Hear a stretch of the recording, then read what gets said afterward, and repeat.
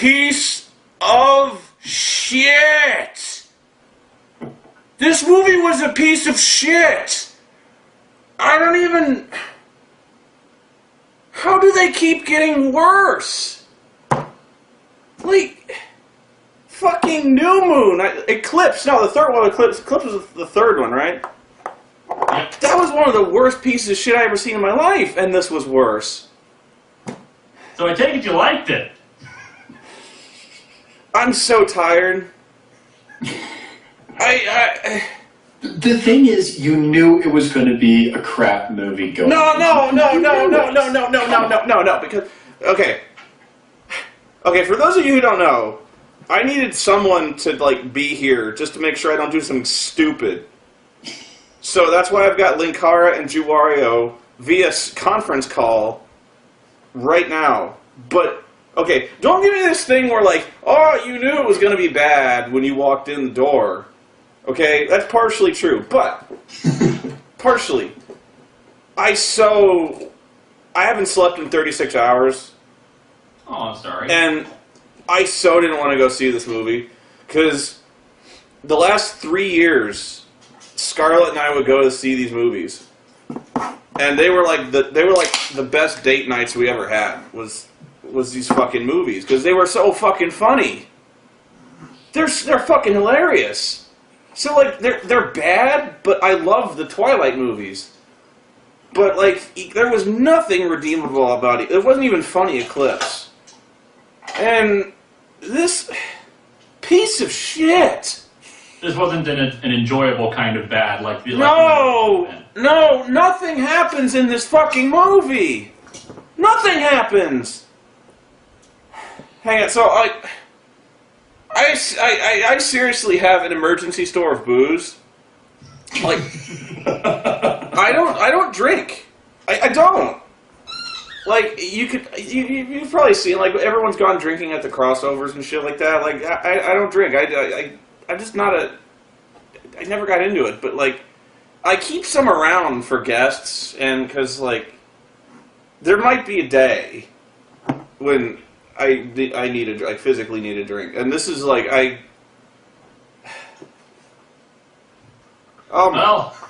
don't drink either, God. so Okay, poor man. This was for those. This was the time that this was the movie that Bella and kind of solidified Bella's relationship with what's his face, right? Edward. Yes. They got married and screwed. Yes. And like what you just said took 5 seconds. If you were making a movie, hang on, I need to pour it. Well, let's see what I got. I got the Kraken Black Spiced Rum. And I got Canadian Club whiskey, and I don't think I want you to go the Kraken route. I don't think I'm going to like either of these because, like I said, I've never had whiskey before, and I've only had rum a couple times. Okay, I'll unleash the Kraken. Oh, let's see. Let's just smell it. Actually, it smells pretty good. Hang on. Yeah, if you've never had whiskey before, be careful. Well, the one time we had at Robert Walker's house, they gave us the good stuff, the whiskey. Yeah. And it was like really old whiskey. And he's like, this is the good stuff. And I go, really? And it smelled and tasted like paint thinner. Then it's the good stuff. And I'm like, ew, it tastes like paint thinner. And he goes, I know, right? It's the good stuff. I'm like, ugh. So hang on, I'm going to take a shot of this rum here. Okay, really? God help me. That's actually pretty good. Oh, the Twilight movies. I shouldn't have been surprised that they split it into 2 movies because that's books. Okay, getting back to my point, the fact that this leads into it, actually, the fact that it's in 2 movies, the Twilight Saga, a phrase you cannot possibly say with a straight face. You cannot, it's not a saga. It's about a horny chick who wants to fuck a vampire, that's it. But there's an epic war between werewolves and vampires. There's no fucking epic. Alright, what you said she gets married and screws a vampire. 5 seconds it took to explain that. If you were shooting a movie, you could not have padded this premise out any more than they did. Like, okay, I took notes. Hang on. I was in the theater and I took notes. The first minute of this movie, Jacob takes his shirt off. Like, they don't even wait. Like, he gets an invitation to the wedding. He just is like, "Oh, I'm so mad," and he rips his shirt off. That's how we actually. Hang on, I gotta rip my. This is my movie shirt. What the hell do these people see in this woman? I know. Like, she's. Okay, hang on. She's a sociopath. All right, so like, she gets married, and they go to Rio and they fuck. And they fuck a lot, okay? And that is the first 45 minutes of the movie. Just them having sex and doing... Yeah. No, okay, like 20 minutes, 25 minutes of the wedding, and then they go to Rio, and they fuck. And that's the first 45 minutes of the hour of the movie. That's it. That's all that happens. I swear to God. Like, when I worked at Barnes & Noble, they actually had like a midnight release thing for the book it's based on, and like there was they had like a schedule of events. You can't have rum. Like, a mock wedding ceremony for these two. Puppy, you can't have rum. This is for me. This is Daddy's medicine. Oreo feels your pain and wants to share it with you. Oh, it's actually really good.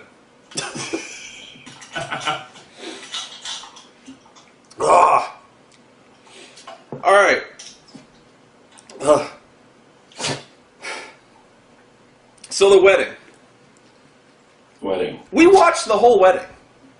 Like, if I were to go to a wedding and tape it, that's what happens. Like, we watch them get dressed.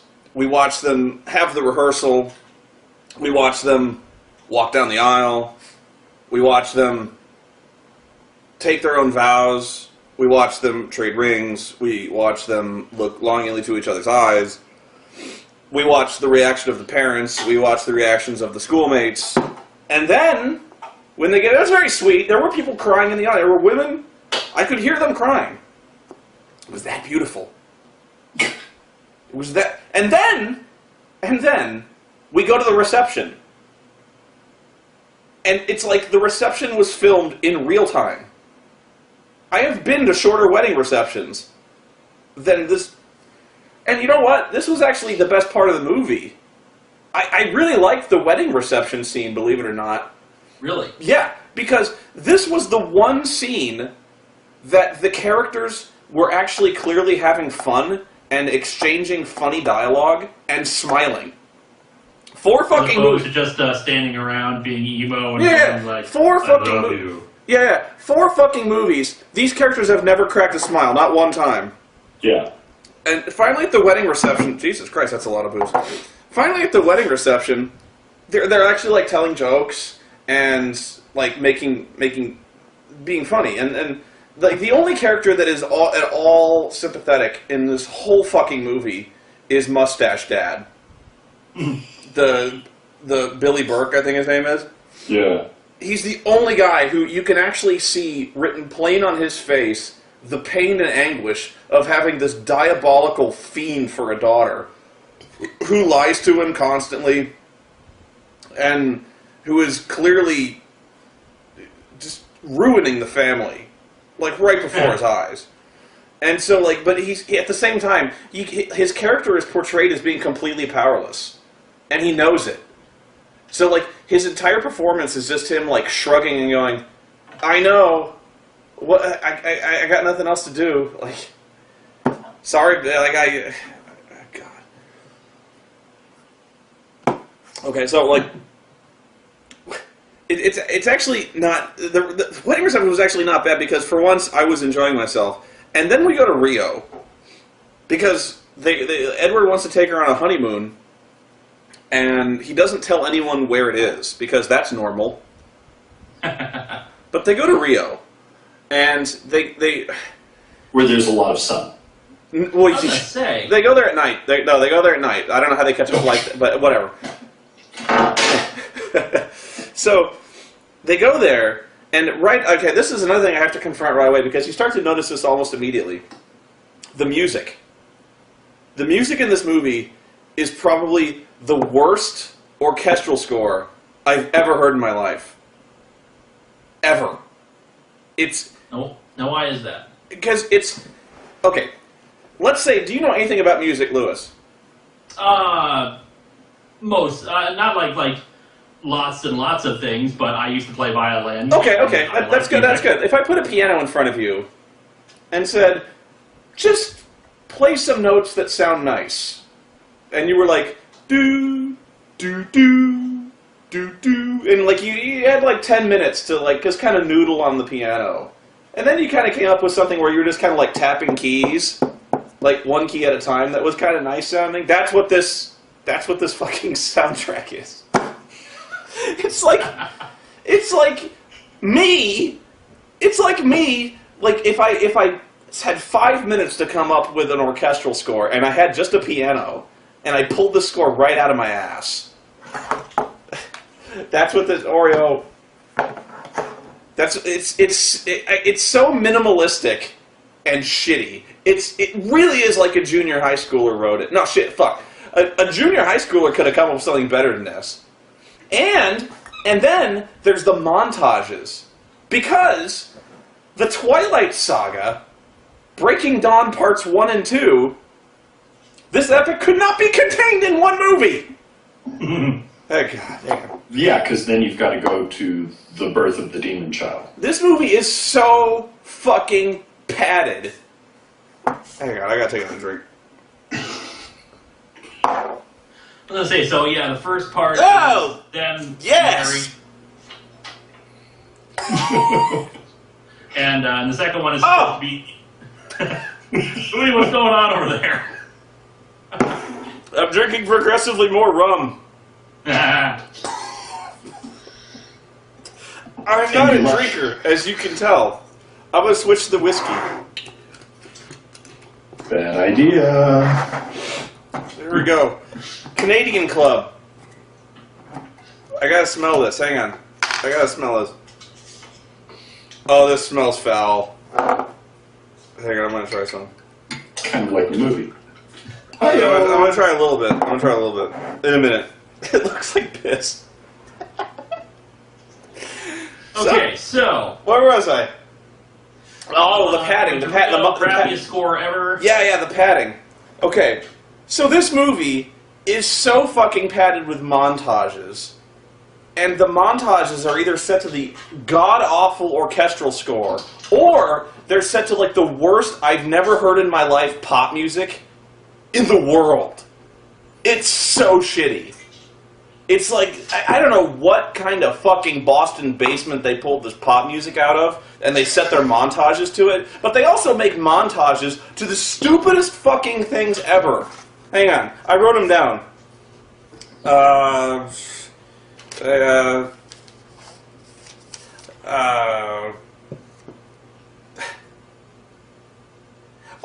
sorry, I go back to the wedding here. There's a scene at the wedding where they start, like, they say, "You may now kiss the bride," and like Edward and Bella just start like blatantly making out in front of the entire audience. Like they practically get to second base in front of the audience. That's so not appropriate for a wedding, right? Like, you know, you kiss the bride, you give her a kiss, and then it's over. People applaud, and then it's like you don't fucking ram your tongue down her throat. Well, consider how horny these two have got to be. Exactly, and that's exactly. These two are well, Bella. This is my whole point about Bella being a character, and this is a whole misconception about the romance between these two. She's not in love; she just wants to fuck. Really, that's it. So, like, I know. This is why this relationship is not going to last. She's going to regret it the rest of her life if this were real life and not just some really, really, really crappy romance story. Okay, so yeah, they first go to Rio, and then they leave Rio to go to an island called Isle Esme, which is an island that Carlisle owns. The fucker owns an island off the coast of Brazil, and they're just now mentioning this. Why would you leave Rio? But no, he owns an island. Right? why would he even... If you can be alone on an island and have nobody bother you and have all the animals that you wanted to drink, why in the world would you go to Washington? Yeah, go to Washington and then make yourself as grand a spectacle as possible. Yeah. Like, I can understand their need for human companionship, like they want to go to school and stuff like that, but, like, go to Brazil! You know, you can, like, sail from your island and visit a bar in Rio if you want to. You don't need to, like, stock high schools, do that kind of thing. So, like, okay, so the first montage that really drew my attention was, like, okay, so they're married, and they go to the mansion, they look at the bed, and they're kind of nervous, they don't want to, like, just jump right in and fuck. So, like, Edward kind of is playing it cool, he's like, oh, you want to go swimming? And she's like, yeah. And he's like, but I need some time alone, and so Edward goes, okay. And so there's a getting ready to fuck montage. I'm not even kidding. There's there's like a 2-minute montage where she just gets ready to fuck this guy. And like she brushes her teeth. She shaves her legs. She takes a shower, and then she tries on lingerie. Like fucking 2 minutes of this, where she's just trying on clothes and shit. I can't even remember the pop music. It was fucking awful. Maybe that was for the guys, so that they don't feel so bored and like, oh god, hey. No, you don't even see anything good, really. The one time you see any kind of amount of skin on her is like later when she gets in a swimsuit and they go swimming together. Even in the lingerie? You see her in lingerie like one time for like 5 seconds, but that's it. And so the crux of this whole movie, or at least the start of it, is that vampires are way stronger than humans. And he will break her. And he will break her one of the physically. reasons why I actually wanted this book to be adapted, because it was the most messed up of the books. It is. And so like, Edward's all... by the way, Edward, this whole movie has one emotion, and you can't see it, but this... let me try to replicate the emotion, the one emotion that he portrays in this movie, where I said it initially he looked like he's constipated. Let me try to go for the camera, where he's got this one face, where he's just like...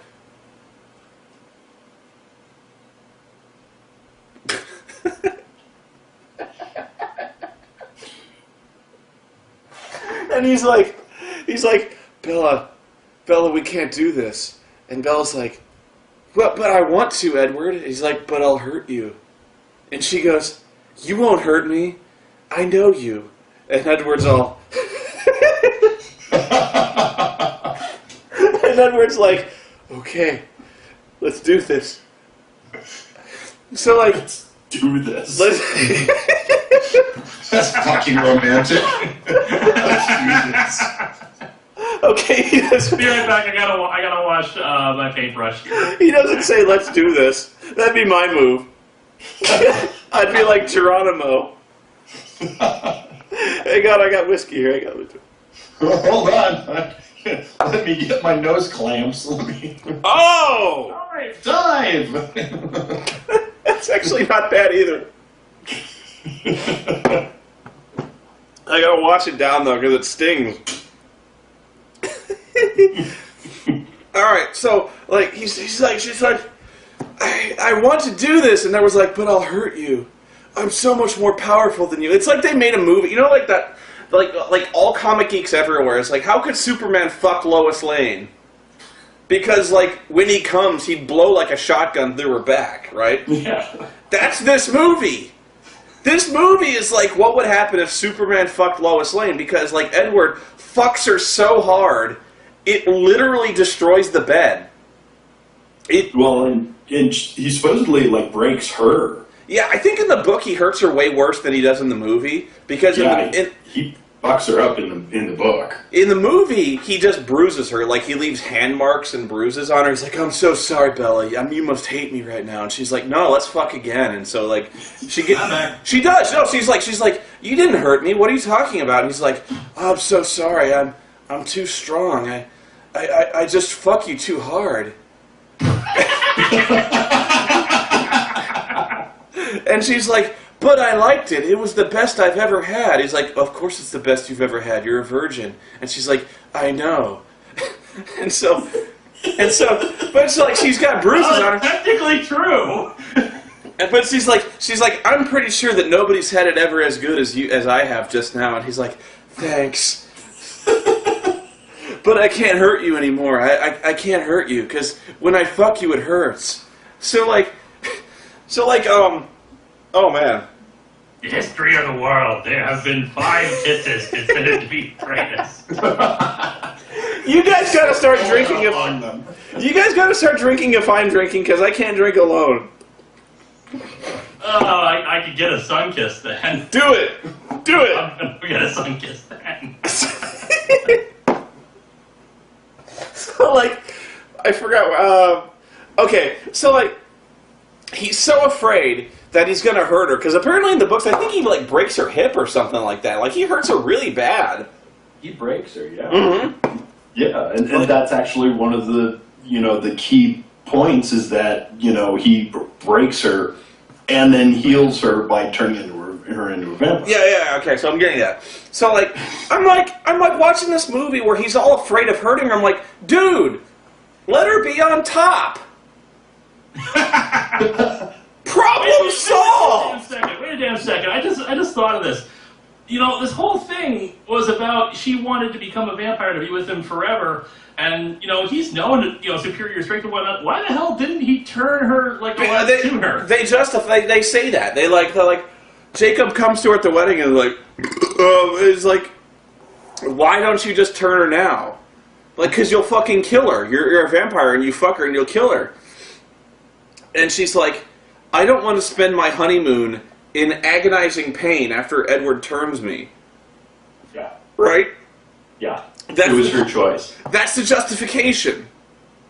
Like, what the fuck is keeping you? Just do it! Like, it's not like the honeymoon ends when you say it ends. Yeah. Like, okay, so you spend a couple of days in rampant bloodlust and you're a vampire, but okay, fuck it. Like, screw it, you're in Rio. You're in Rio. Spend a month there. You own an island. You own a fucking island. There's no time limit here, and never once, by the way, is mentioned the possibility of Bella or Edward going to college. Because far be it from Bella to be a strong, progressive feminist, to want to further her career or an education. No, she just wants to fuck this guy. Well, that's been her entire life goal for like this entire series. Does she even ever actually do any homework or attend classes at school? Not that everything that's happened. Not that we've ever seen. Not that we've ever seen. But okay, so I'm watching this movie and I go like, he's all like, I'll hurt you. I'm sorry. I can't fuck you anymore because I'll hurt you. And like, just let her be on top. This isn't fucking rocket science. Let her give you a blowjob. That's it. Shotgun. Okay, come on, but like, have her tap you on the shoulder. Scarlett used to do that. Was like, or like, and dude, this kicks in. Dude, haven't you ever heard the song "Fuck Her Gently"? Sometimes you gotta fuck her gently. Well, given the writer and everything behind this, are we sure they even are aware of any other positions besides missionary? That's true. That's absolutely true. Come on, you can experiment. Same problem I had with X-Men, by the way, was like Rogue. Rogue is like, I'll never touch a human being. I'll never have sex. Dude, I've seen people who have some crazy fucked up latex sex, okay? You could work this out. This is not impossible. Then... Yeah. Magneto, but that's another story. Then we have more montages, because this is necessary. After they fuck, we have a montage of them fucking more. Okay? Really? Yeah. I was gonna say, actually, I had heard that there was that they showed nothing, everything happened off screen. No. It happens on screen, but you don't see titties or anything like that. You don't see any nudity. Not really. But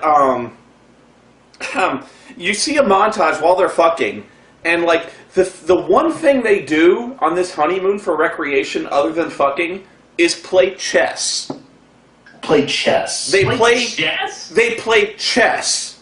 Because when you're done with the epic orgasm. Yeah, when you're done with the best orgasm you ever had in your life, your first thought, move some pawns around. Let's set up the chessboard. I can think of a lot of games to play with someone you love, and something. And if I was to pick a game that lacked passion in terms of romance, I think I don't think I do any worse than chess. No. They have chess as foreplay because Bella beats him at chess, and then they fuck.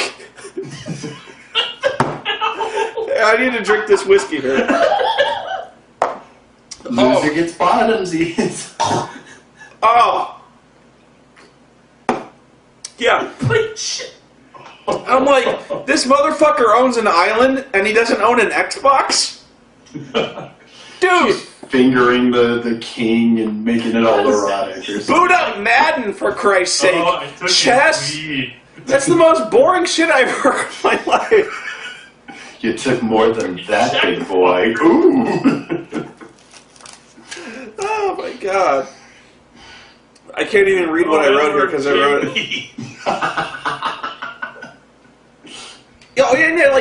Like the whole time, this whole montage, Bella is fucking horny as shit. And like, she's not only wants to have sex with him, she begs him to have sex with her. Begs. So kind of a reverse Anakin Skywalker here. So like, okay, so all that aside, after like 2 weeks, Bella starts to feel morning sickness. So okay, and she realizes she's pregnant with a half-vampire abomination. So like, I wonder what caused that. Yeah. So like, she's pregnant, and Edward fucking freaks out. And then, guess what?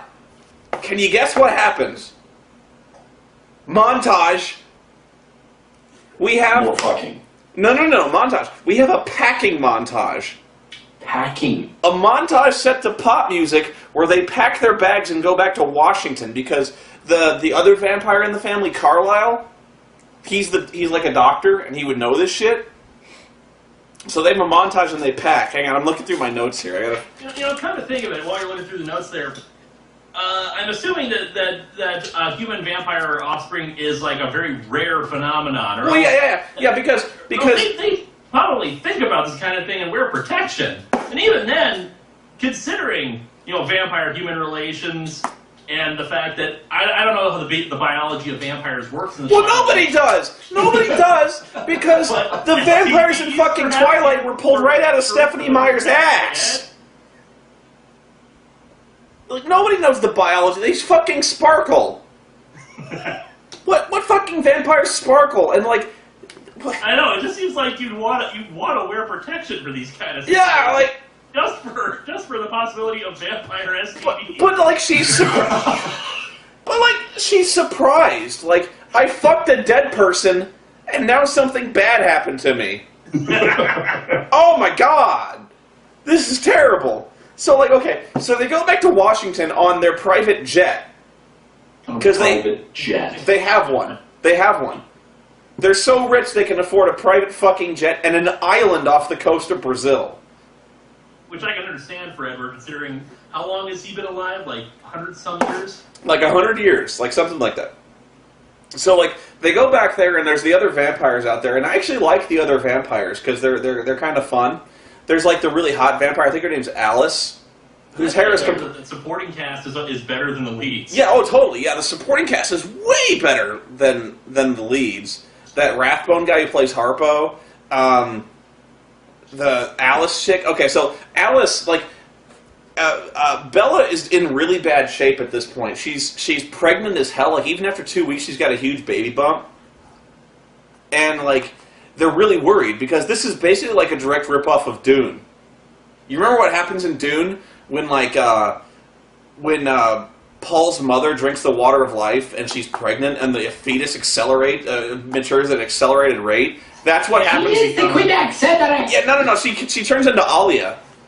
like, yeah, so that's the baby, because it matures at this accelerated rate. But Alice says, I wrote this down because it was so stupid.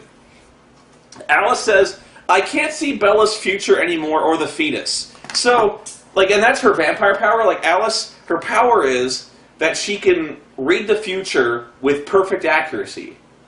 Okay? Do you remember that at all? Yeah. Okay, so that's her power. But apparently, her power only works when it's convenient for the plot. Because now we can't see what happens. There's no way we know. Oh, hang on a second. You know, another thought occurs to me about this vampire human offspring. I knew already that it was supposed to age rapidly. I've read about that for the book. But you know what? How the hell does that make any damn sense? Considering vampires, suspend their life. They actually stop. Wouldn't it take 2 years for the baby to be born? I don't know. They never explain the. Really? Okay, I hate to use this as a positive example, but Anne Rice's interview with a vampire is pretty much the definitive word on vampire lore, whether you like it or not. The whole physiology of the vampires. Their heart doesn't beat. They don't breathe. They breathe. They don't eat. They don't have babies. But this movie, Stephanie Meyer just they fuck. They have babies, and you're just supposed to accept it. And I don't see why you're supposed to do that. So, this is where I really started to hate Bella again. Because that you ever liked her? No, because she is so stubborn in this movie. Because even at 2 weeks, she can feel the baby painfully kicking inside her body, right? Yeah. It's causing her physical pain. And it's grown, even in the course of a month, it's grown to the point where she's basically 8 months pregnant. She's huge. And it's causing her physical wounds. It broken ribs. It kicks so hard it breaks her ribs. And they're every vampire, even Carla's this is really not safe. We need to terminate this fetus because you'll die. Right? It's literally kicking your rib cage into splinters. And she's no, you can't. I love it. I know it'll be okay. It's good. And they're like, we have never seen anything like this in the history of vampirism. This is fucking scary to us. This is growing at a rate we've never understood before. We have no conception of what this is doing to you, and we have no idea what's going to emerge from your vagina when it's done. For all we know, it's some kind of half-demon abomination that'll become like a daywalker and conquer the world. Haven't you ever seen Rosemary's Baby, for Christ's sake? Here's a thought. I mean, I'm assuming Twilight takes place in modern day. Yeah. I haven't seen the movies enough, but I was under the impression that they were in modern day. Have a frickin' C-section! Well, no, I'll get to that. Because that's the good part of the movie. I can't have any more rum. I'm really fucking drunk right now. So, she's so stubborn. Even though this thing is killing her, she's I gotta have this baby. I got to. And so, Edward even, everyone is coming to her and going, this is fucking stupid. Why would you endanger your life for, and I'm not going to get into the whole... Because of maternal instincts. I know, and I'm not even going to get into the whole maternal instinct or anti-abortion thing. But let's just say, if this thing is in, not even possible danger of killing you, if it's in highly probable danger of killing you, 95% likely of killing you, let's have an abortion, okay? We can do this under more controlled circumstances. I don't know. I know I'm going into a really dark area here, but all I'm saying is, she makes this decision unilaterally to have this baby, which might kill her, disregarding completely every bit of input from her family, her friends, and her husband to have this baby, despite the known and entirely probable risks that this baby is going to burst out of her fucking stomach like the alien and kill her. Well, to be fair, she has fulfilled her life goal, so she had nothing else to live for. That's true, yeah. Hang on, let me look at my notes here. I'm so fucking... She can die a happy woman. She had sex with Edward, she has no other reason to live. I can't even read this. It says, wet work is still awesome. I don't know what that means. You wrote it. What do you know? Well, it says, but yeah, Merwalk is still awesome. Oh, I know. It says, music is still awful. Ah. It says, I say, Merfolk is still offer. Drunk when you write. Well, I'm writing in the dark. I can't read. There are merfolk? We have mermaids and mermen now? I don't remember. Well, I wouldn't surprise me. No, okay, but we mustn't forget about Jacob, who's in this movie as well. Okay? The werewolf guy. So, like, they make, like, the stupidest decision I've ever thought of in a movie for this movie. Where, like, okay, Jacob is all tortured about, like, Bella giving birth to this half-demon abomination that she's about to. It's gonna kill her. Like, there's this whole truce between the vampires and the werewolves that's in jeopardy because of this. And so, like, the werewolves get together in the forest, and they start to have a debate about what to do with Bella, because the vampires have pretty clearly broken the treaty and are killing Bella. And so they have this scene where the werewolves, and by the way, the werewolves in this movie are still horrible. Like, you remember the CG in the first Twilight movie, how the werewolves were really fake looking? Yeah. And really stupid? They're as bad or worse in this movie. CG quality went down. They're so bad. Like, I can't believe they looked at the footage when they put together this movie and were like, oh, that'll pass muster. People will totally buy these or werewolves. Fuck. They're so bad. The werewolves are so phony looking and terrible. Like, even the fans there, like, the theater was full when I went down there, and people were laughing whenever somebody turned into a werewolf. It was fucking hilarious. And they were laughing really at this scene where the werewolves get together in the forest and they start to have a debate where they have these really phony looking CG werewolves, like, walking around and snarling, but, voiced over the werewolves with, like, this really kind of esoteric echo effect. The werewolves are saying in, like, things like, I am the grandson of the chief. We must destroy them. And it's so fucking stupid. You know, maybe I need to see Eclipse to understand this, but why the hell is there a truce between the vampires and the werewolves based entirely around this stupid, vacant-eyed psychopath? No, it's not around Edward. It's around, like, the whole... No, I mean Bella. But you're right, though. You're right, though. The truce makes no sense. Okay, let's look at it this way. The vampires who own an island off the coast of Brazil decide they want to, they want to subject themselves to human exposure. They don't want to isolate themselves. They don't want to be a part of society. Okay, fine. They go to Washington. They run afoul of the werewolves to the point where there's a war. And then they form a truce with the werewolves to where they can live peacefully with the werewolves as long as they don't kill anybody. Okay? Fair enough. Here's plan B. Here's something easier. Move somewhere else. Do you really have to live near Forks, Washington? Really? You own an island. Fucking sell the island and move to New York. Move anywhere. You don't need to truce with the fucking werewolves. Go somewhere. They're so worried about, oh, we can't turn Bella into a vampire because that'll break the treaty.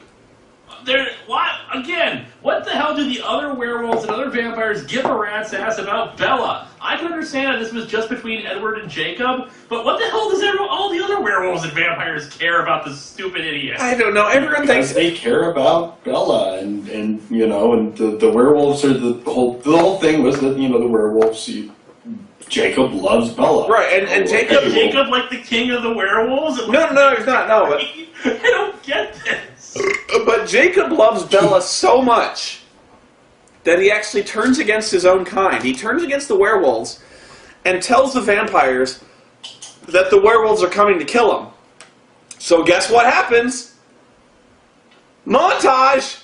Hacking. No. There's a montage of the vampires and Jacob walking the perimeter at night as Bella is laid up in a bed having this baby, right? So there's this really long, shitty montage of that. And there's this really funny scene where Edward starts Googling.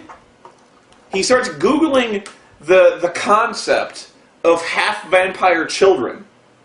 And he starts getting these pictures of, like, fucking alien chest bursters that are devouring entire villages. I would have thought it would have brought up a picture of, like, Connor from Buffy and Angel. What do I know? That would have been funny if they brought up show than this. Buffy and Angel. Okay, so the growth of the fetus is not going well. Okay, it's like it's physically hurting her, and it's more than likely it's going to kill her. And so, she's completely pregnant. She's like 9 months pregnant. She's about to blow at any minute, but she's dying. And Carlisle, the blonde vampire, is like, Bella, if we don't terminate this pregnancy right away, I'm afraid it's going to kill you. Your heart can't take it. And so Bella's like, but I have to. I love this baby. I'm going to deliver it. And Carlisle's like, well, I don't know what to tell you. You'll die. And so Jacob's like, well, it's a half vampire, so probably it wants blood, right? And I'm like, okay. They're like, yeah, that makes sense, right? Because it's a half vampire. So they're like, well, maybe Bella needs to drink blood. Because that's science. Well, it kind of is. That is fucking Dr. Insano level science, right? Isn't she a vampire already? I tried to put the cap on this shot glass. But by this time, isn't she already? I mean, I thought that she Is was she a already a vampire vampire by now. No. She's not a vampire yet. And that's why it kind of makes sense to have her drink blood, but at the same time, I was under the impression that, I'm not a medical expert, I don't know how babies work, but I was under the impression that the way the nutrients transfer from the mother to the fetus is that it's basically just like a general stream of nutrients. Not like Oh, Lewis, you ignorant slut. You're bringing science into this? Yes, damn it! Because they sure as hell didn't. So they're like, okay, the fetus needs blood. So they go, okay, where do we get blood? And Carlisle's like, oh, well, I was expecting Edward to turn you into a vampire by now, so I've got some O-negative blood in the fridge. So they go, great! So Carlisle brings the bags of blood out, and I'm not even shitting you. He squeezes the bags of blood into a styrofoam cup with a straw and has her drink it.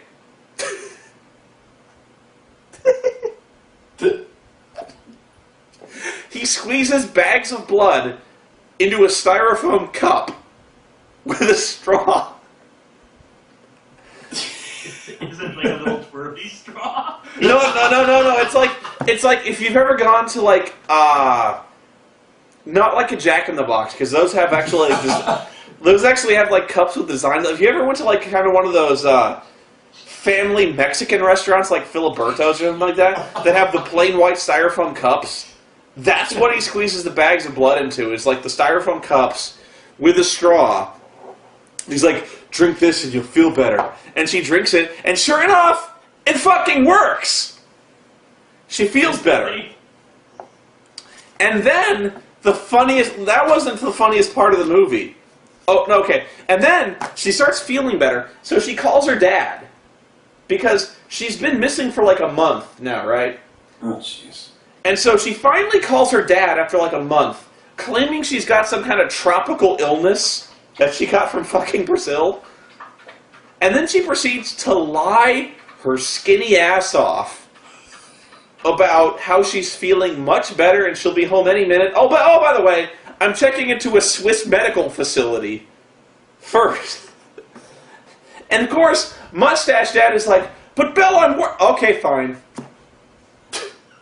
He's given up. He's completely given up. Business as usual for Miss Swan. He's completely given up at this point because fuck, it's been 3 movies. If she hasn't listened to him now, she's never gonna fucking listen to him ever. No.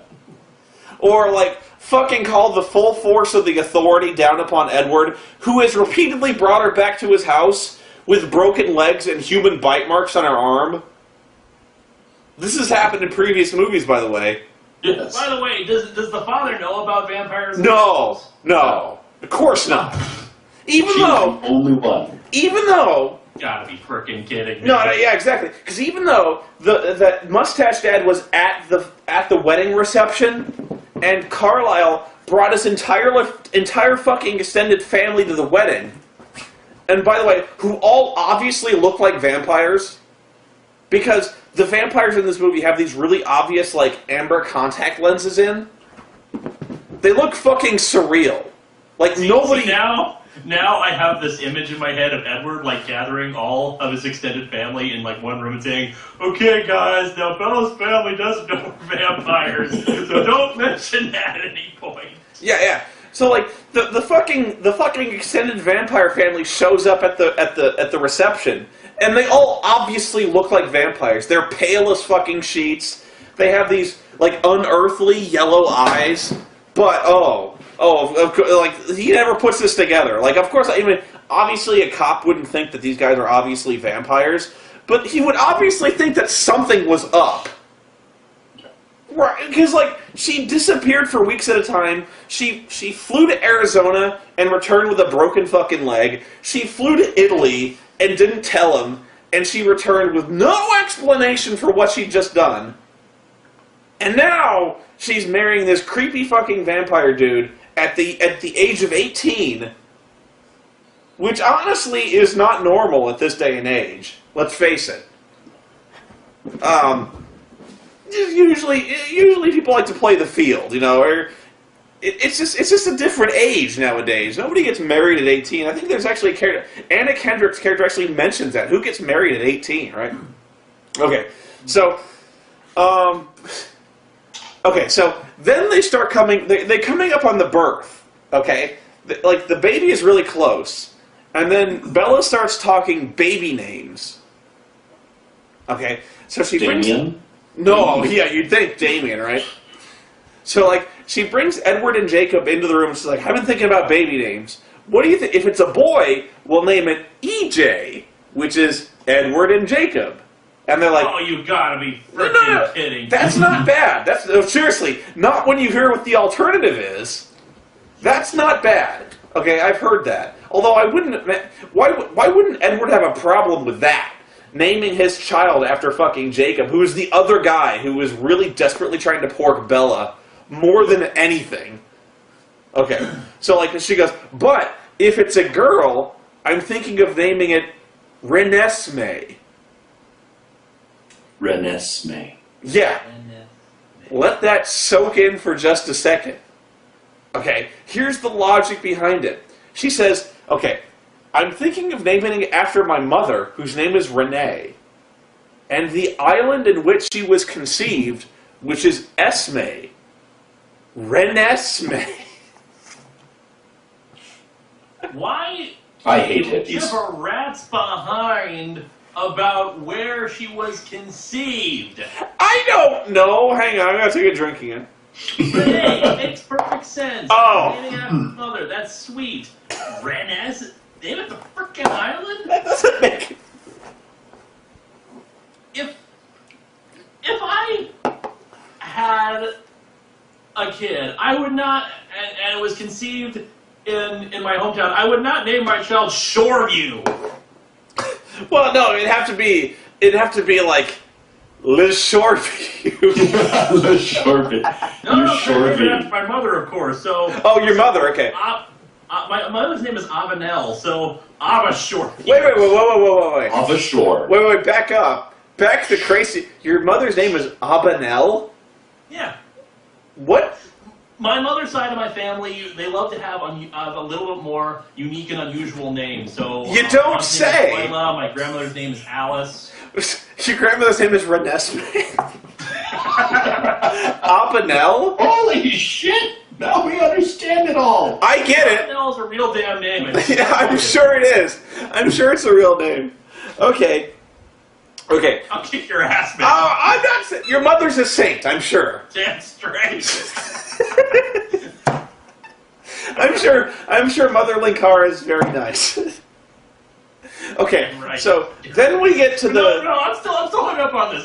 Renesmee. Renesmee. Do it in your head, Bella. She Come put on. this together in her fucking head. Made total sense. Jeez, that poor kid. And what's funny is, of course I haven't read the books. Okay, of course. But they actually play this scene for laughs in the movie because it's obviously so ridiculous that even the characters have to kind of like take a step back and go, really? Because even Jacob is like, what? I'm so not even sure that happens in the books, because I'm pretty sure what happens in the books is they agree to it immediately. They're like, oh, that's brilliant, Bella. You're so smart. Renesmee, that makes total sense to me. And, okay, so then things start getting bad. She starts going into labor. The baby kicks so hard, it breaks her spine. Yes. Yeah. Oh! Yeah. So then she goes into labor. The problem is Carlisle, the doctor, is out getting more blood, so he can't help. So the other untrained vampires are helping to deliver this baby. And so, of course, she's in deep shit at this point. So, like, one of the vampires, Beth, I think her name is, starts, like, digging. It's like, she can't deliver this baby normally. She has to have a C-section. So she whips out a fucking scalpel and just like jams it into her fucking stomach and like rips her open. And she's like, oh my god! And I'm pretty sure that's not how it works. I'm pretty sure that's not how C-sections work. But of course that doesn't work. She starts to die. Okay, so Edward... No! So Edward, I'm not even kidding, goes, I gotta get that thing out of there. And then he opens his mouth and then... You see him, like, dive under the camera onto her stomach and, like, start chewing. He's like, I gotta get this thing out of there. Ah! And then, like, you hear this munching sound, like you hear this chewing sound, and she screams in pain. And then before you know it, this baby is in his hands, like, covered in, like, chunky salsa. Like, covered in gore. And he's like... Guess what, Bella? Her name's Renesmee. There's no umbilical cord. Spoony, but I'm holding my pop can up to my forehead, kind of lulling back and forth. Okay, I don't think he just spit open her stomach. Yeah. I don't think she's So, in any good I think- shape to be happy about the Renesmee. So I think what happens in the book, again, which I haven't read, I think what happens in the book, what I've been told, is that he actually gives her a C-section with his vampire teeth. Yeah, I read about that. You did. Again, it's one of those messed up things about it that I maybe wanted. Okay, and that was like one of those things that that I was told, and I was like, I can't wait to see this filmed, because I can't believe how they're actually going to film this. Okay, so I was like, my initial thought, like, if you told me, this is how we're going to film this movie. You're going to shoot a scene where there's a woman giving birth to a vampire fetus, and then a guy cuts her out of his womb with his vampire teeth. What I would have done is, remember like in like the old like 1930s vampire movies like Nosferatu, where like they would just kind of cut to a shot of a window as a thunderstorm is raging outside and like lightning is crashing and there's a sound of screaming. That's what I would have done. Is just like cut to a scene of someone screaming and have it implied that this shit was happening. Because there's no way you could actually film this. There's no way you could actually film Edward like baring his teeth and like, Twitter suggesting that the birthing scene should have been done by David Cronenberg. yeah. That's exactly what I said. Was like, that scene is so fucked up. It's Cronenbergian. Like, and honestly, Cronenberg would have done a really good job with that scene. But what they do in this scene is they basically shoot the whole scene from the point of view of Bella. Okay, so like she's looking at Edward, and he like just dives down under the camera, like just dives down, and you don't see anything. He just like you hear this munching sound, like, and then he just like pulls this baby out. He's like, guess what? It's a girl. And I'm like, this is hard science right here. This shit. Okay, so like they pull the baby out, and then she starts to die. Because obviously the trauma that's been inflicted on this poor woman is catastrophic to the point of hilarity, right? So she dies, and he's like, I gotta do something. Edward's like, I gotta do something. So he goes and gets this huge fucking hypodermic needle, like 2 foot long, and jams it into her heart. He's like, it's my venom. It's my vampire venom. And like, injects her full of this shit, and it doesn't work. And he starts giving her movie CPR. You know, like how real CPR looks? Yeah. Like, what real CPR looks like real CPR. Movie CPR looks like somebody is kind of like heaving against somebody's chest, going like, live, damn it, live! And like, starts like pounding her fist against her chest, going like, live, Bella, you're stronger than this! And he collapses her ribcage completely. Yeah, and he does. Like, that's actually something that happens later when she gets better. Is like her ribcage like reinflates. But like, so he starts giving her like movie CPR, and it doesn't work. And he goes, she must need more venom. And so he stops giving her CPR and bites her in the neck. And then he's like, I need to bite her more. And so he takes her arm and he bites her arm. And then he takes her thigh and he bites her thigh. And he takes her boob and he bites her boob. And I'm like, dude, this is so not helping. Why didn't you get a fucking defibrillator? Get a fucking defibrillator, you cunt! And I'm like, 100 years you've walked on this earth, and all you've ever done is go to high school. You couldn't have gone to med school. You couldn't have learned how to be a doctor on your own. Edward Cullen, MD. Well, not like he. Okay, if you're 120 years old, you'd think you'd actually try to further your education a little bit. You wouldn't waste it on high school. I'm just thinking in my head, like Edward, like jumping around. I'm just imagining the scene, like in freaking ER or something, with Edward Cullen just jumping around with like the high tension action music playing. She needs more venom. No, that's what he does. He's like, she needs more venom. Ha! And then like, hang on, I gotta bite her somewhere else. Ha! And then he bites her somewhere else. Ha! And then, sure enough, she gets better. She lives. But before that, I'm sorry, I skipped ahead.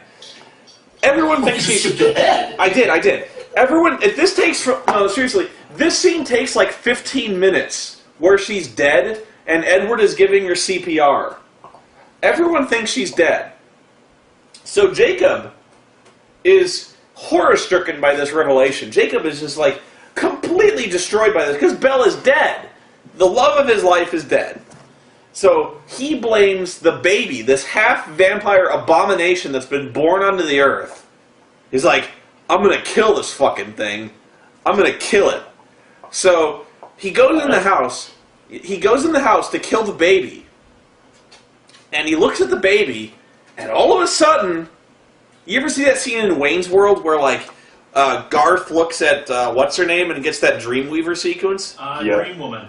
Yeah, the Dream Woman. Dreamweaver! That's what happens to Jacob. Jacob looks at this baby, and fucking Dreamweaver starts playing. And then he's like... imprints on it. Yeah, he imprints on the baby. And if you don't know, I actually do kind of applaud this movie for establishing the concept of imprinting before they actually, like, pulled it out in this movie. Because they actually do that, where the werewolves are on a beach talking about imprinting. So they actually did foreshadow this, so it's not completely out of left field. But like, Yeah, because I read about this. This is another thing that makes this thing so freaking messed up. it's so messed up because what happens is werewolves can sometimes imprint on another person, and that means they are genetically bound to this other person and like genetically predisposed to being in like absolute love with them. That's what happens to Jacob Black and Renesmee, who, by the way, I remind you, is an infant less than a day old. He imprints on a baby and starts fantasizing. Like, you see this. You see a montage. Of course you see a montage. Why wouldn't you? You see a montage of Jacob imagining his future with this baby who's grown up and them having a life together. Oh my God. Wow. So I repeat. No. So I repeat. So, Wow. So to explain this to you for the people in the peanut gallery, Jacob starts having sexual fantasies about a baby. Newborn porn! Newborn porn! Man, this is fucked up right here. It's so fucked up! So, he immediately forgets about Bella. Like, he does. No, he does. He falls to his knees. There's this scene where he's like, oh my god! And he falls to his knees, and he's like, I love this baby so much, I'm gonna fuck it one day. Call Child Protective Services. We need an adult in this room. Oh my god. And then, like, for some reason, okay, so the werewolves... Okay, so... Once his face walks in, hello, Jacob, have a seat. Yeah, why don't you take a seat over there? Okay, so this whole time, by the way, the werewolves are planning to kill the vampires because the vampires just, as far as they know, just killed Bella. So as far as they're concerned, they broke the treaty. The treaty. The treaty. No, Trudy. there's something as stupid as this. It's a Trudy. It's a treaty. So as far as the werewolves are concerned, they broke the treaty. So Tootie in the facts of life. and the treaty. So the werewolves are coming to go kill the vampires. So the werewolves attack the vampires at their house. And then Jacob comes out, who is hell-bent on protecting Renesmee because he's imprinted on her. He's completely in love with this baby. And then Jacob starts, as this really majestic music starts playing, Jacob says, "It's over." And they go, "Why?" And he goes, "Because Jacob is imprinted on Renesmee. And once a werewolf is imprinted on a baby, that baby cannot come to harm. It is werewolf law." I am so not even kidding. It's fucking... Yeah. It's like, it's the highest law werewolves know. And the werewolves fucking leave. The werewolves fucking leave. Okay. Probably thinking, oh, this is bullshit. Yeah, they're like, oh, fuck, this is too fucked up. I can't. First Amendment. He's imprinted on a baby? Oh, Jesus. Like a werewolf constitution. Okay, so then... It's the werewolves to declare under the full moon. We're playing by a whole different set of ethics here. I don't know who likes this shit. I don't know. I've had friends who I've worked with who liked it, and I still don't know why that. J-Dub, I'm not saying anything bad about your wife. Your wife is lovely. I've met her. But I don't know how anyone can read this shit. I don't either. I really don't. And, like, if it's just a matter of porn, like, you can find porn. Why Twilight? Why? Twilight's not even good when it comes to porn. Like, okay, at its basis level, Twilight is like a Harlequin romance. It's every bit as stupid, really. Like a bodice ripper Harlequin romance, some princess meets a pirate, and they fuck a lot, and they're of different social classes, but it doesn't matter because they're in love. And by the way, one of the trailers I saw for fucking Breaking Dawn, they're re-releasing Titanic in 3D. Oh god. Yeah, and honestly, I'm not too opposed to that, because here's the thing: I would rather have them re-release a movie than remake it. Yes. Like, I can okay, see that. like, and I know I keep bringing this up. Somebody told me this isn't happening anymore, but like Escape from New York, I know that's not happening anymore. But movies like that, like Nightmare on Elm Street, like, why would they bother remaking that? Why would they bother remaking any movie when they could literally just re-release the movie for free? You know? And make more money. Yeah, and make Maybe more like, money. maybe like give it just kind of not necessarily give it the full George Lucas treatment, Mm-hmm. but like what's the phrase they used for referring to cleaning up a movie, making it look better? Remastering? Remastering. That's I it. can't believe I pulled that. I'm so drunk right now. But yeah, like let's just say Escape from New York is still getting remade, because it's the only example I can think of.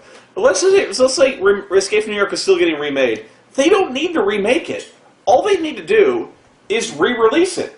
Literally take the entire old movie and say, guess what? We're putting it in theaters again. Go watch it. Or like even Star Wars. You know, that's another trailer I saw. I saw The Phantom Menace in 3D. Crap for Phantom Menace, yeah. Okay, let's just put aside the fact that I think Phantom Menace fucking sucks. But that's all you kind of need to do is you can just re-release a Star Wars movie. You don't need to fucking tinker with it. Like, let's just say George Lucas is like, I need to make $20 more million. All he needs to do is say, guess what? Episode 4 of New Hope is going up, uncut, untouched, in theaters right now. Everyone in the United States would go to see that.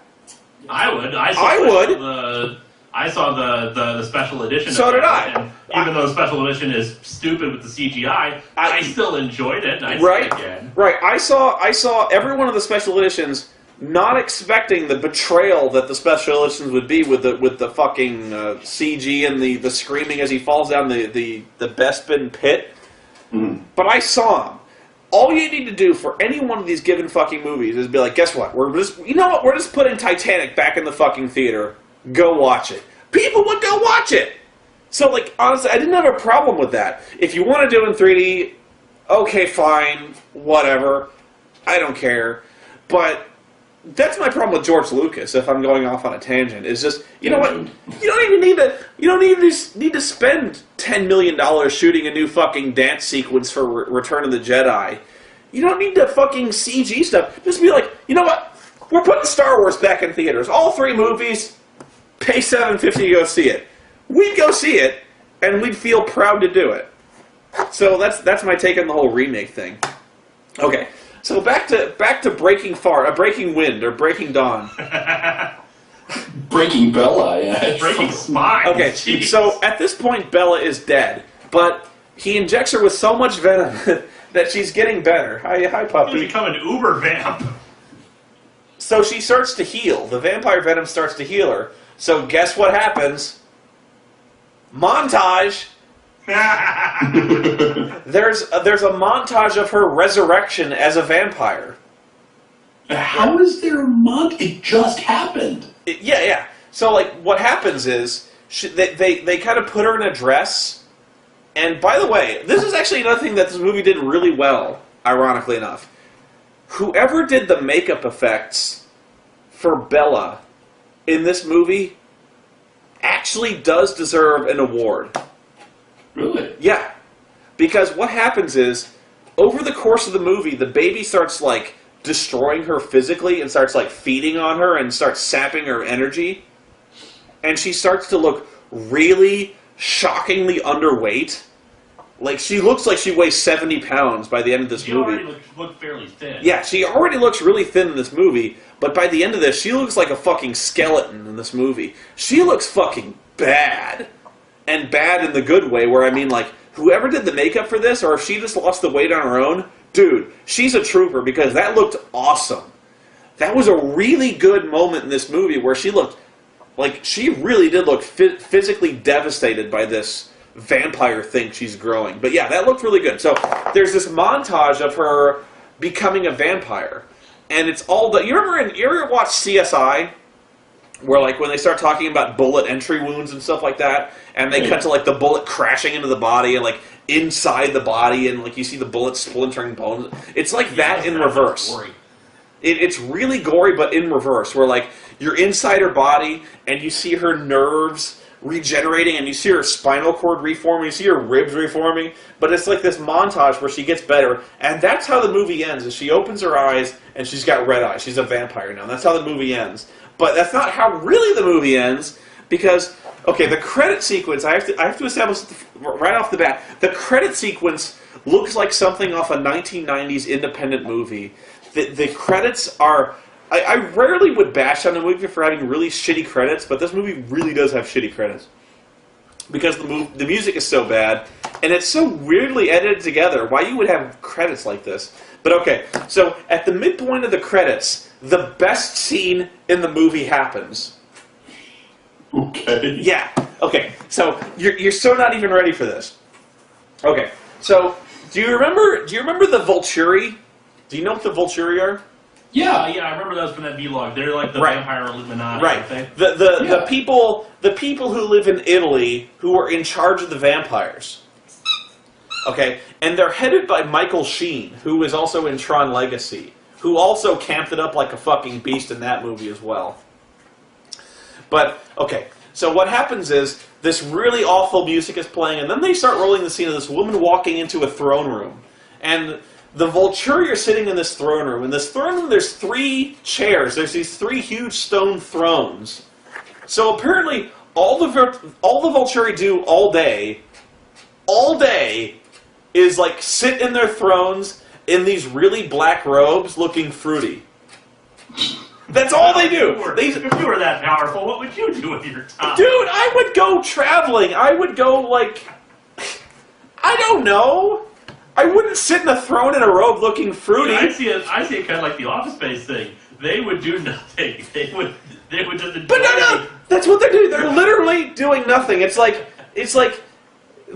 all 3 of these motherfuckers are sitting in a room on stone, uncomfortable fucking chairs, staring straight ahead, doing nothing. That's all the Vulturi do all day, every day. I'm like, dude, you gotta give these guys some kind of life. I would have believed it if this woman had walked into the Vulturi playing fucking Madden 2012. I would have bought that. If she'd have walked in on the Vulturi playing cards, like playing Magic the Gathering, I would have believed that. Or chess, even Or chess. If the Vulturi were playing fucking chess, I'd have been like, you know what, they're passing the time.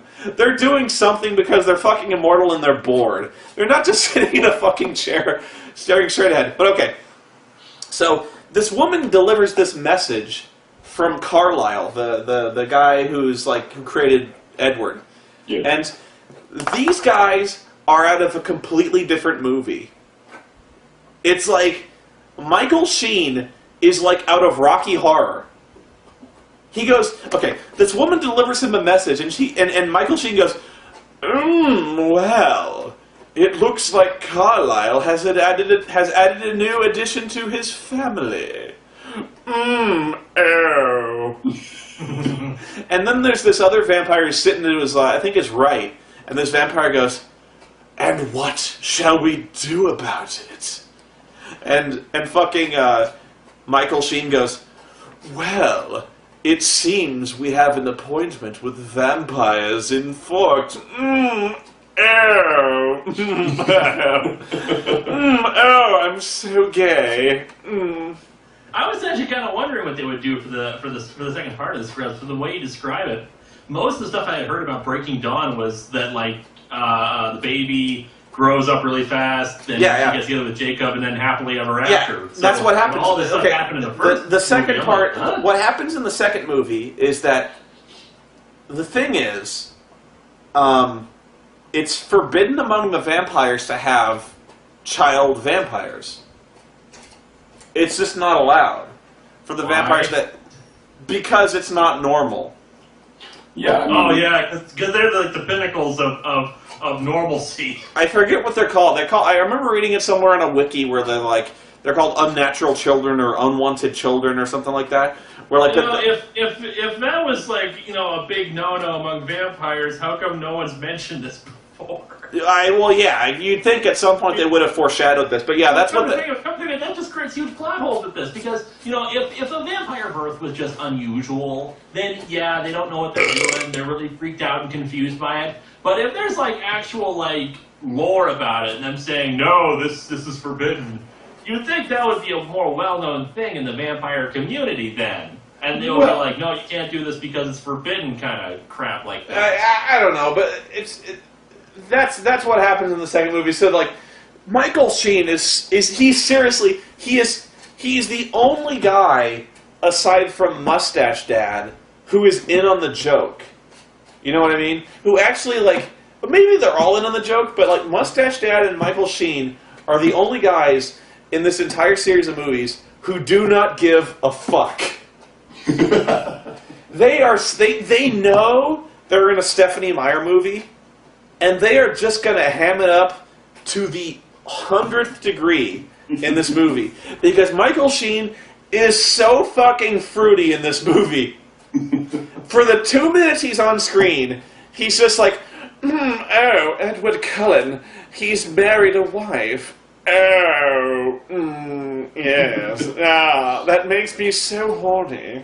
Oh, who's the one girl who plays the one of the Venturi? Oh, what's her name? I can't remember. Dakota Fanning. Dakota Fanning. She's not. She's not in this. Like I said, this is only like a 2-minute scene at the end of the credits.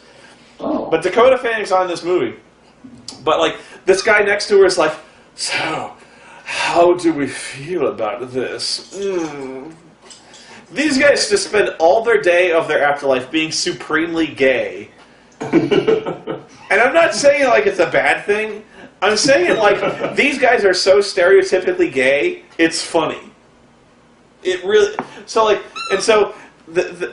actually a really funny sequence, and it's meant to be funny because like the Michael Sheen character is clearly about to feed on the woman who brought him the message, and he's like, and by the way, it's Carlisle with an S. He actually does prolong the S in Carlisle, and I'm like, this is fucking brilliant. Carlisle with an S. What? So it's Carlisle? Yeah, Carlisle. But that's how you spell Carlisle. But he's like, and by the way, my dear, it's Carlisle with an S. Oh. Oh my god, this movie was a piece of shit. This movie... it sounds like it, man. This movie sucked so bad. Nothing happens in this movie. Fucking nothing! Nothing happens! They get married, they fuck, she has a baby. It sounds like a lot happens, a lot of stupid things. That's it! I could have abstracted the whole getting married and fucking thing into 5 minutes. 5 minutes, and that's even if I was being, like, self-indulgent. Like, if I was gonna, like, I'm gonna stretch this out and make it painfully clear to anyone with half a midbrain that these two are getting married and fucking. 5 minutes I could have hammered this thing out. This thing takes 45 fucking minutes to even approach the pregnancy subplot. You could do that in easily a third of the time. Maybe this is like 15, 20 minutes she's starting to get pregnant. Not even. The fact that they broke this into 2 movies is like, you remember in junior high when your English teacher would give you a 5-page essay? Okay? And then you had 2 pages, and then to fill it up to 5 pages, you increase the font to like 24 point. Double spaced. Double spaced. That's what this movie is. It is so fucking padded and double-spaced that it's like, this movie is so fucking... It did not need to be 2 hours. It didn't need that. I could have knocked out both halves of this fucking atrocious novel in 90 minutes. Hell, I could have knocked it out... I fucking guarantee I could knock it out in 70 minutes. But, you know, Harry Potter and the Deathly Hallows, I disagreed with them splitting it into 2 movies. I said they should have just released it in one really long movie, 3.5 hours. They could have done that. But you know what? I don't really grudge the idea. It was a marketing decision. At this point in time, they kind of have to split it into 2 movies. And you know what? They did a pretty good job splitting it into 2 movies. Let's just fit. Because there was enough that goes on in the Deathly Hallows that they could have... There's so much behind the scenes, and there's so much that Harry has to do to get the Horcruxes and stuff like that. You can justify 2 movies. I could argue it, but you could justify it. There is no justifying Breaking Dawn being put into 2 fucking movies. Because there's... I mentioned Harry Potter has more business being called a saga than Twilight. Oh, no doubt. No doubt. Because this, like, nothing fucking occurs in this movie that makes it worth your attention. It's just everyone looking... Everyone in this movie just spends the entire time looking tortured and fucking angry. Because they've got to be in 2 movies. Like, we're getting paid for both, right? And I've got to sit around for the show.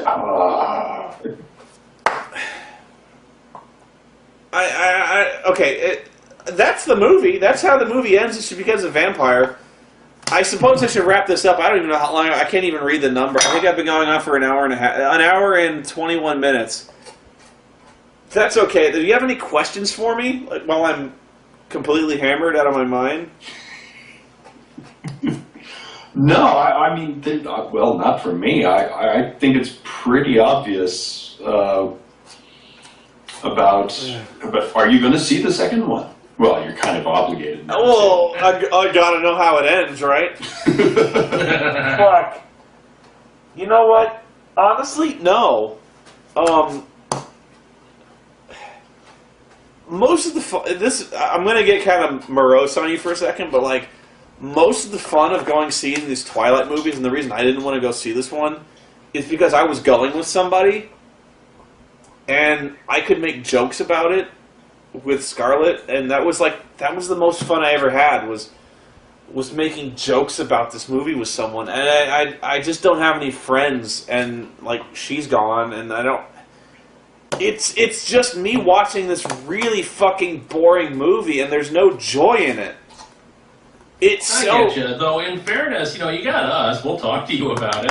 But you didn't even go see it. Of course not. It's a piece of shit. Of course, yeah, exactly, right? See it to know that. But I don't even know who goes to the theater. The theater was fucking packed. There was not an empty seat in the house.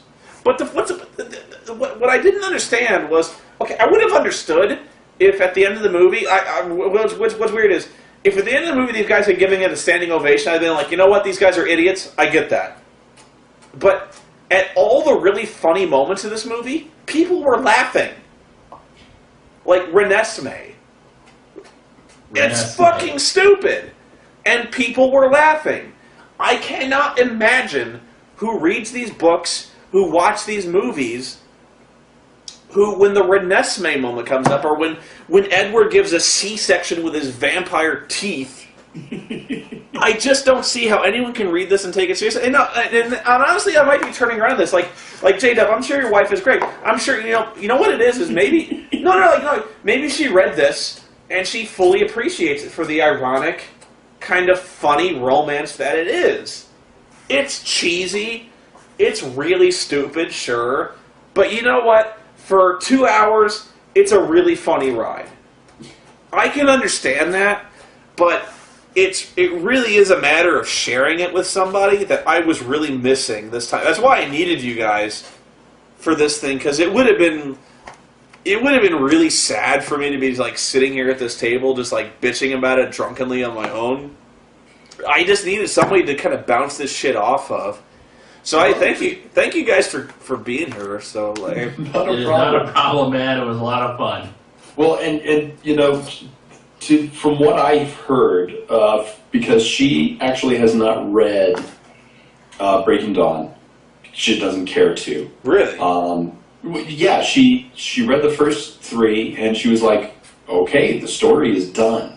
And 'Cause she had the even baby. told me that Breaking Dawn was written because people wanted an ending, and Stephanie Meyer supposedly was just like, okay. And she pulled something out of her ass.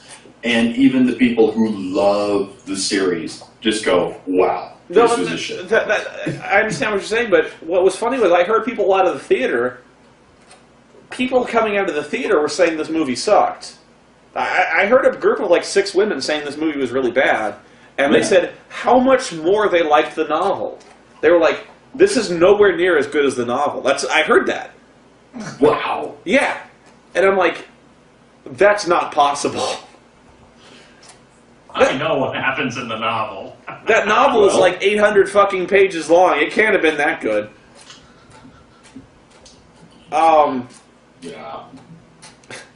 No, she actually went on to Wikipedia. She read how it first is? asked me if any of my friends had reviewed the book, and I said no, we don't really have book reviewers on our site, hon. And she's like, oh, okay, and went to Wikipedia to find out, and she was like, oh, okay, I know now. But you know what I heard? You know what I heard was I think she dropped this plan. I think actually there was at one point, oh god, I can't remember. I think there was some kind of scandal where one of the books got leaked on the internet before its published date, and like, I think Stephanie Meyer actually came forward and said like, well, I was going to write a follow-up to the series, but since it was leaked, I'm not going to.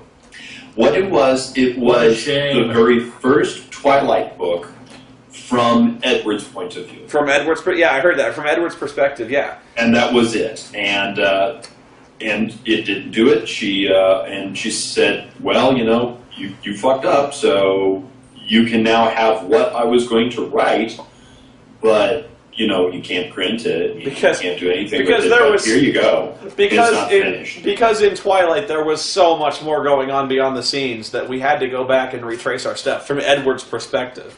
Oh yeah. Oh yeah. Oh yeah. So you had to know what he was thinking. We had to know what he was thinking when he sat next to her in chemistry class, because that was He was fucking just like, riveting. oh dear God, I hope this is not my love interest. Really? Okay. Okay. I guess I would so love to eat her brains out. I guess what I'm going to do is I'm going to wrap this up with the following thoughts. The only way to see these movies is with someone who knows completely how bad they are, or if you're watching the riff tracks. That's it. Wait for the riff tracks. Wait for the riff. Honest to God, because this is so bad. I actually own all the Twilight movies, but the only reason I own them is because of the riff tracks, and the riff tracks are so funny. But you need that kind of riffing, that companionship to survive this type of movie. I still need to get the riff tracks. I've held off on it. Okay. So you got Paranormal Activity, which is a legitimately good movie, but you didn't get the riff tracks for Twilight, you fuck. I'm sorry, I didn't mean that. Well, the problem is I would have to buy Twilight and spend time ripping it from the DVD and then just being like, am I really doing this? I did it! I have no shame. My wife bought the movie, so I just bought the riff tracks. Now, let's be fair here. I like Paranormal Activity. I still think Mika's a douchebag, but as a horror film, I still liked it. Okay, well, I hope this was a comprehensive review of my exposure to Twilight. I honestly, I'm going to look back. I'm probably never going to watch this video again because I'm so drunk right now. It's going to I'm going to be so fucking embarrassed. You know what, Spoony? You know what? I was there at the roast of Little Karibo at Youmacon where he was blind, stinking drunk, and he can't remember a damn thing. You're doing a lot better. I was just yelling out like random sentences like, "Give me the microphone! Shut up! It's funny because he sucks. Did you see the video I did for Lil Karibo? I did. That was good work. Okay, thank you. Because they're like, you need to roast Lil Karibo. I'm like, I don't know what to say. So I just kind of like, I just kind of busted his balls for like 2 minutes. And I know, it was funny. okay, that's good. As long as he got a laugh out of it. Maybe he'll post that video one day where Mickey is actually handling that. I gave him all the footage from my camera, and he has to edit it all together into like one thing. Okay. Well, if you look on YouTube, I think there are like clips here and there. Okay, so if you don't know, what happened is at YumaCon, they were doing a roast of Little Karibo. Or Little... I always call him Little Karibo, but I was like Little Karibo. But yeah, they asked me, Moscow asked me to do a roast of the guy. So I did a 2-minute roast where I just kind of called him like, I was like, thank you for being such an inspirational force in the world of internet reviewing, because if you can do it, fucking anyone can do it. So stuff like that. I was just busting his balls. I seriously, like Lil Karibo, I've been trying to get into Lil Karibo's videos for years now, because I'm such a fan. And I actually feel, I think at one point he actually agreed to do it, and I backed off because I felt so bad for kind of browbeating him into it. I was like, you know what? No, because no, I don't want to. But yeah, honestly, the Yu-Gi-Oh! Abridged stuff is some of the funniest stuff I've ever seen in my life. I love Yu-Gi-Oh! Abridged because that was some of the stuff I used to watch as a teenager. I used to watch Pokemans and Little Karibo. I'm sorry, Yu-Gi-Oh! And we would just make fun. We basically riff it on the spot, and that's essentially what he's doing here. It's so brilliant. But anyway, for his roast, he was blind, stinking drunk. Could barely talk. I'm not sure how the hell he pulled off his final roast and speech for himself. But dude, you are so much more comprehensible and able. I probably didn't drink as much as he did, but I'm probably much more of a lightweight than he is because honestly, he drank half a bottle of vodka. Okay, so he drank way more than I drank. Let's see, I drank probably a fifth of the bottle of the whiskey and probably a quarter of the bottle of the rum. That's a lot, but. That's a lot. But yeah, I've never really been complete. So anyway, thank you guys for keeping me company tonight. I know you didn't have to do that. I appreciate it. I love you guys so much. Well, we love you too. Guys, stay away from my sister. You'd better stay away from my sister. I gotta let Oreo go pee, so I'm gonna end this here and upload it. I'm not even gonna fucking look at it because I don't want to see what I said. Alright, thank you people for watching, and until then, please thank Spoony for watching this for your amusement. Until then, this is Spoony, JewWario, and Linkara signing off. Thanks everyone.